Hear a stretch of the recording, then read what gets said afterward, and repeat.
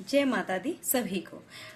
नवरात्रि के 9वें दिन की बहुत बहुत हार्दिक शुभकामनाएं।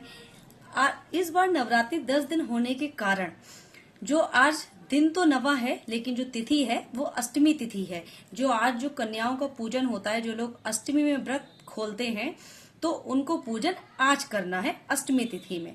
इसलिए आज अष्टमी तिथि है और नवरात्रि का 9वां दिन चल रहा है। और आज माता दुर्गा के 8वें स्वरूप की पूजा होगी, जिसमें जो 8वां स्वरूप है माता रानी का वो महागौरी का है। तो आज हम बात करते हैं कि माँ दुर्गा का 8वां स्वरूप महागौरी नाम कैसे पड़ा। तो जानते हैं आज हम और बात करते हैं इसके बारे में। पौराणिक कथाओं के अनुसार माँ पार्वती ने शिव जी को पति रूप में पाने के लिए बहुत कठिन घोर तपस्या की थी, जिसके कारण उनका शरीर काला पड़ गया था और हजारों वर्षों तक तपस्या करने के कारण उनके शरीर पर बहुत धूल मिट्टी जमा हो गई थी। जो तपस्या उन्होंने निर्जल तपस्या बिना कुछ अन्न वन खाए हुए माँ ने बहुत कठोर तपस्या की थी, बहुत हजारों वर्षों तक तपस्या की थी। तो माता पार्वती की तपस्या से प्रसन्न होकर शिव जी ने माता पार्वती को ये वरदान दिया और उनको शिव जी पति रूप में प्राप्त हुए। तो शिव जी ने उनके माता पार्वती के ऊपर गंगा जल उनके ऊपर डाला, जिससे माता रानी का जो काला शरीर पड़ गया था, उनका रंग बिल्कुल काला हो गया था, उन पर धूल मिट्टी जमा हो गई थी, तो वो एकदम चमकदार और श्वेत वर्ण का हो गया, जिसके कारण उनका नाम महागौरी पड़ा। नवरात्रि के 8वें दिन जो ये देवासुर संग्राम में युद्ध चल रहा था, माँ दुर्गा ने बहुत सारे स्वरूपों को धारण किया था, जिसमें 8वां स्वरूप उनका महागौरी का है। महागौरी ने किस राक्षस का वध किया? तो महागौरी ने नवरात्रि के चलते किस राक्षस का वध किया? देवी कौशिकी के माँ पार्वती की भौतिक स्वरूप से प्रकट होने के बाद माँ पार्वती घने बादलों के समान वर्ण वाली हो गई थी। श्याम वर्ण होने के बाद में वो कालिका कहलाई, जो हिमालय पर्वत पर स्थित थी। इसके बाद उन्होंने चंडी रूप का धारण करके धूम्र विलोचन नाम के राक्षस का वध किया था, जो बहुत अहंकारी, बहुत आतंक मचा रखा था जिसने। तो उन्होंने धूम्र विलोचन नामक राक्षस का वध किया था। कहा जाता है कि माता रानी का महागौरी नाम इसलिए भी पड़ा कि तो जब माता रानी महागौरी रूप में तपस्या कर रही थी, माता पार्वती जब तपस्या कर रही थी, तो उनको हजारों वर्ष हो गए थे तपस्या करते हुए। तो जब वो तपस्या कर रही थी, तभी एक सिंह आया और वो सिंह सामने आकर माता रानी के आगे खड़ा हो गया। अब माता रानी तो तपस्या में लीन थी। अब वो सिंह को बहुत तेज भूख लग रही थी, वो व्याकुल था भूख की वजह से।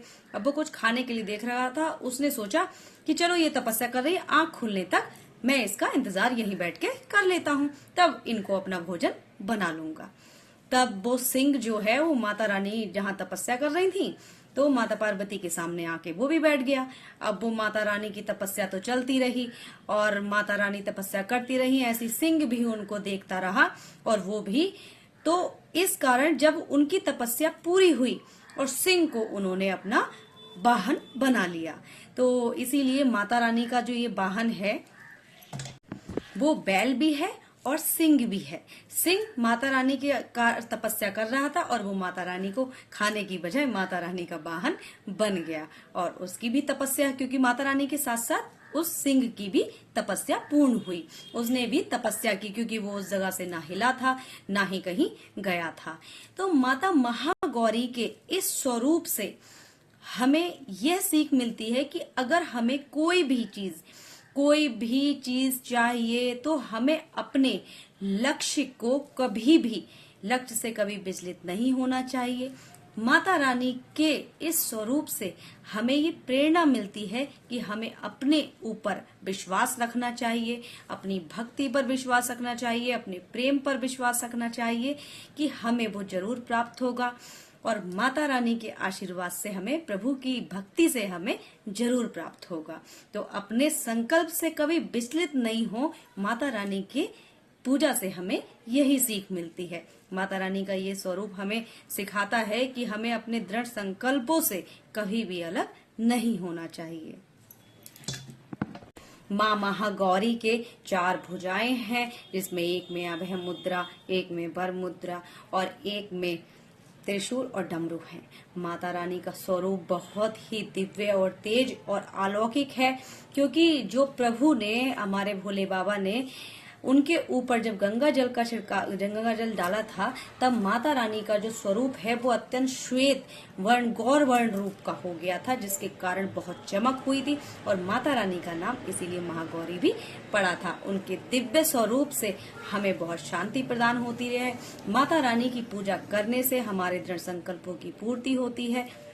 माता रानी की पूजा करने के लिए ब्रह्मा विष्णु महेश सभी देवी देवता भी माता रानी को नमन करते हैं और माता रानी के लिए जो मंत्र है वो जाप करते हैं। ओम सर्व मंगल मांगले शिवे सर्वादि साधिके शरण्ये त्र्यंबके गौरी नारायणी नमस्तुते।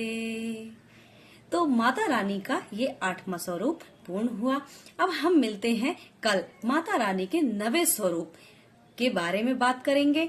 तब तक के लिए सभी को जय माता दी। सभी का दिन शुभ हो, सभी का दिन मंगलमय हो, माता रानी का आशीर्वाद सब पर बना रहे। तब तक के लिए सभी को जय माता दी।